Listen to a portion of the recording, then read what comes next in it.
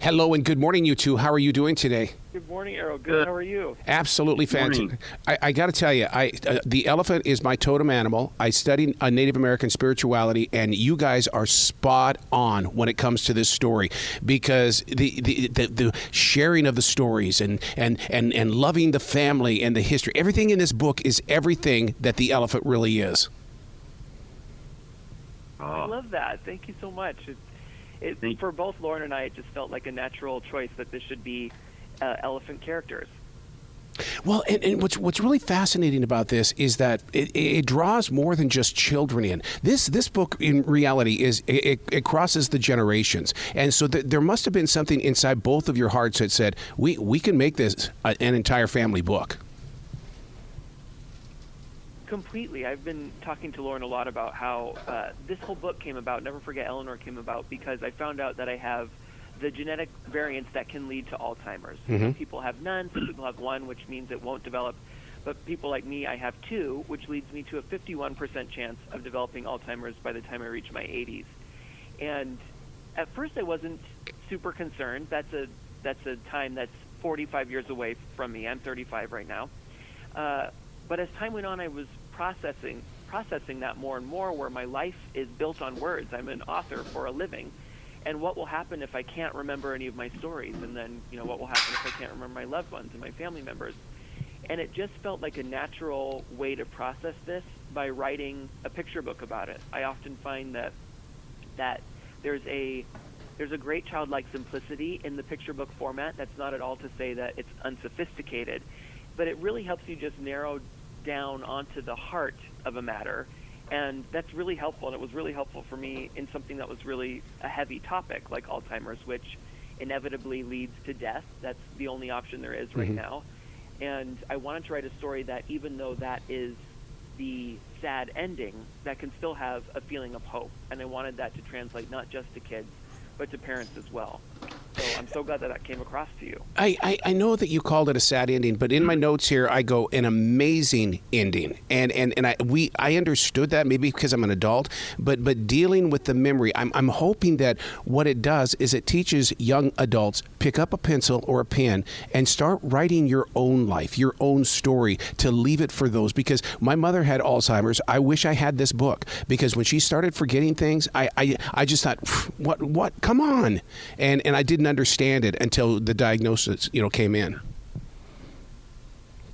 Interesting. Definitely. My father also, Arrow, my father had Alzheimer's, and I loved, when I first read the manuscript Jason June wrote, I loved how I saw my father in Grandma Eleanor, and I was definitely very much the grandson. I was, in this book, I was the Elijah character to Grandma Eleanor. And so all of those emotions and feelings came back, and that's why I felt like this is kind of an important book. Yeah, and Loren, that explains a lot, because with the illustrating, I mean, those pictures are so emotional, and not, not all illustrations go that route where you've got to be the happy, you've got to be sad, and you've got to put us in positions of thinking. I mean, the lyrics of the word and the words of the book and the storyline mixes so well with the illustration. Thank you so much. Every time I read this, I tell Loren, it's just it makes me cry every time. I know how it ends. I know what goes on, but it's specifically because of Loren's illustrations, where I can feel all of Elijah's emotions. I can feel how connected he is to Grandma Eleanor. I can feel his worry when she starts to forget things. Yes. I can feel his fear when she's lost, the sadness when she passes, and that hope at the end. And that's all from the way Loren is just able to evoke those emotions through the strokes of his paintbrush. You're iconic, Loren. I can't say it enough. Well, let me ask you a real person question in the way that, because what I don't want people to do is to judge the book by its cover and say, oh, that's that book about Alzheimer's. No, I want to take this book over to my neighbor who has a 2-year-old son, and I want them to be able to share this story, saying, this is not happening now, but if it does, I want you to have this story. I love that.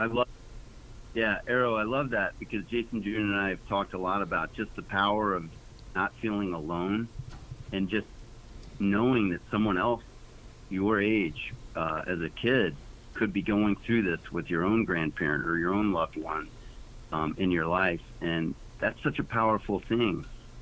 I think that's great. Well, it's still a great mystery, and it takes books like this to to create the conversation. Because as I was growing up, we didn't have books like this. It was just that one thing you didn't talk about, and so I love the idea that you're planting these seeds. Thank you so much. I think we do a disservice to kids because we think that some topics are just too heavy and too scary for them to understand. But really, for just about everything, there is a childlike way or a I hate to use the word appropriate because that can be so subjective and can be used as a way to censor things, but I feel like there's a childlike way to explain the heaviest topics of life because kids are seeing this.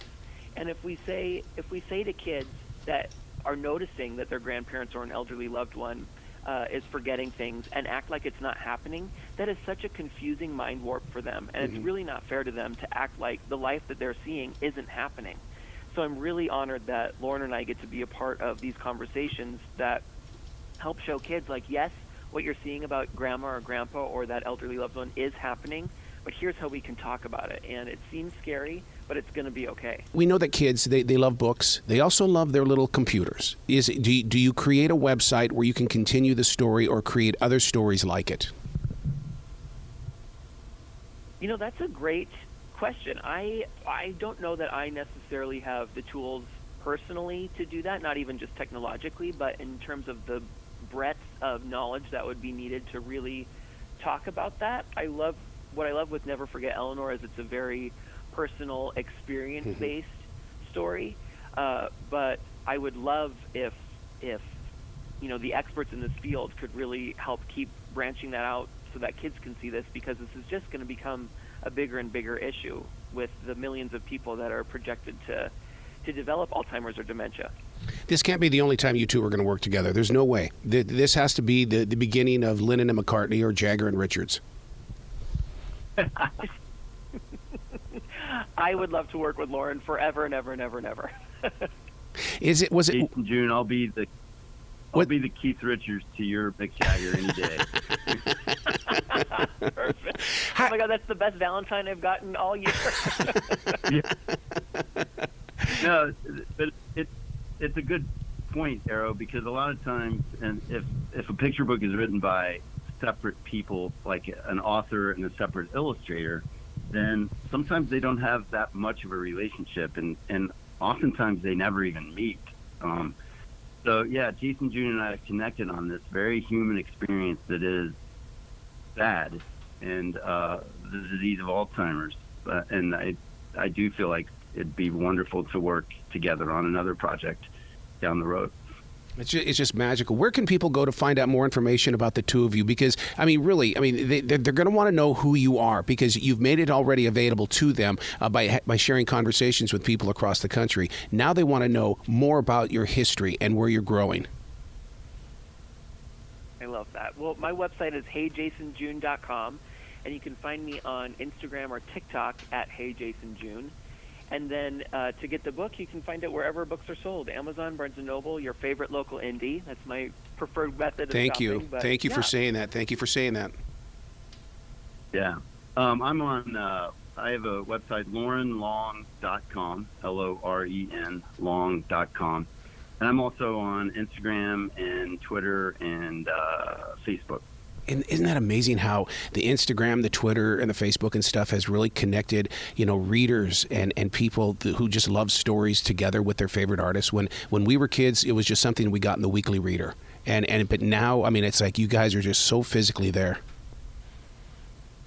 It really is cool. Yeah. I remember when the Scholastic Book Fair would come around when I was a kid and finding my favorite authors like K.A. Applegate, and just the only option we had was writing a handwritten letter and hoping we got something back.